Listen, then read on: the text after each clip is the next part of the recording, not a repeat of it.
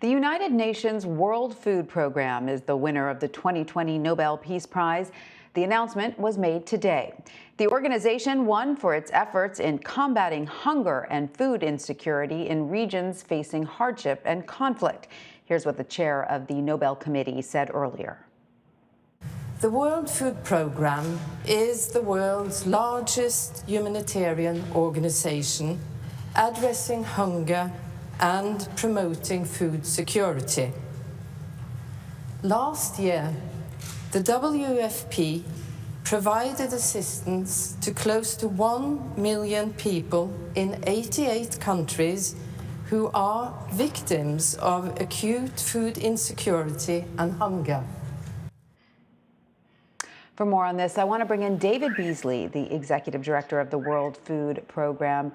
Welcome, David, and congratulations on this so important award. What was your reaction when you found out? Wow. I mean, literally, I'm here in Niger as I stand here, and you can imagine we had no idea. And we've been out in the field in some pretty rough places here because of extremist groups, terrorist groups, and climate change. And I had just come back into a meeting, and somebody walked in and said, Nobel Peace Prize. And I'm like, oh, wow, who won it? And they said, the World Food Program. And I was like, you got to be kidding me. This is amazing news. And so, and just wow, wow, wow. I mean, it's really quite an honor and a blessing. It really is at a time like this. Well, you all have earned it. Tell us about the important work the World Food Program is doing right now.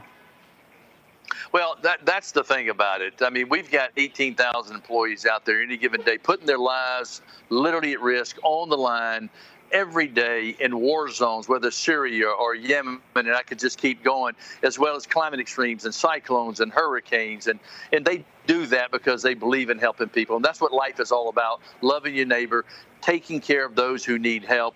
And what's so heartbreaking is because of economic deterioration, the wars around the world, climate extremes, and now COVID on top of all that, literally the number of starving people, not people going to bed hungry, but the people on the brink of starvation has gone from 135 million pre-COVID to 270 million people. And with all the wealth we have in the world today, we have a cure for starvation. We have a cure for famine. We have a cure, and it's called food, but we need the money because our people are dedicated to doing the job and getting it out there and saving lives, preventing famines, as we've done over the past few years. We're feeding about 100 million people right now.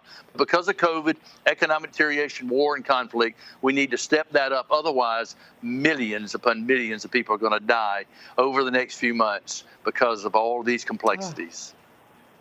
Over the next few months, well, clearly your efforts are needed now more than ever. Tell us about your network. How does it work exactly from the point of donation, if someone gives a donation to your organization, to the point of contact where you're actually feeding those who need it? How does the network work?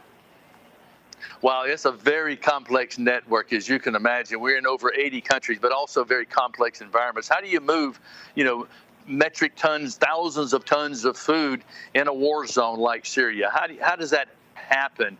And we're doing food as well as cash in strategic locations. We have a supply chain that is quite phenomenal. And you can imagine when COVID hit, it really disrupted the supply chain. You can remember in the United States, when COVID was hitting in the first few weeks, there was panic buying. People couldn't even get toilet paper. Well, you can imagine if that's happening in the most sophisticated supply chain in the world, what's happening here in Niger or Chad or any other conflict-driven area. And so getting food into these areas is not easy. And we've got the teams that know how to do it. They risk their lives to do it because that's what we're all about, reaching out to people. Mm-hmm. And let me say, the American taxpayer, they have really stepped up for us. Just in the last 3 years, we've gone from $1.9 billion to $3.4 billion just from the United States alone. And because of that, we've been able to save millions of lives, literally keep destabilization down as well as migration, because we find that when you feed 100 million people, you know what they're thinking. They don't want to leave home, but if they don't have food and any degree of peace and security, they will do what any of us would do for our children: go where you can get food and security. And so I'm so grateful for all that you're doing. Help us to get the message out, because this is a call to action. This is a call to action to the world to step up now, and especially to the billionaires who are making billions of dollars in COVID. They need to step up. We need $5 billion right now to actually, above and beyond what we normally get, to help keep millions of people from starving to death. That's not too much to ask for those who are making billions right now. Billionaires, are you listening? The word is out there. Tell us, though, a little bit more about how the pandemic has affected your organization. Obviously, it's increased need, and obviously, it's dried up some supply chains. But are there other ways that it's made a very challenging environment for you all? Yes, it really has in a lot of different ways. As you can imagine, when countries shut down their borders or ports or supply chain distribution points, sometimes that's the only port of opportunity bringing in food for a country. There's so many ways. And you can imagine, like a country like Nigeria, that 90% of their export revenues on oil. Oil prices have tanked, now compounded with COVID. Ethiopia, 50% of their export revenues is tourism. That's gone. Well, imagine now, not just with COVID, but desert locusts. And so you've really got a lot of different issues taking place. And also, many of these countries that are poor, they rely on the remittances of their family, friends, and loved ones from around the world. Mm-hmm. And that's in the informal economy. And you can imagine many of them, in fact, that 2 billion have been impacted in terms of remittances, and that's already hit over $100 billion worth of less revenues for families in very poor countries like Niger or Syria or Lebanon or wherever the case may be. And I could literally keep going on and on. COVID has had a dynamic negative impact, and I've been very clear about this. You can't make decisions on COVID in a vacuum because it will disrupt the supply chain, economic deterioration. Then you'll have the cure being worse than the disease. So we have to work these two pandemics together. Otherwise, you'll have more people dying from hunger than from the actual COVID itself.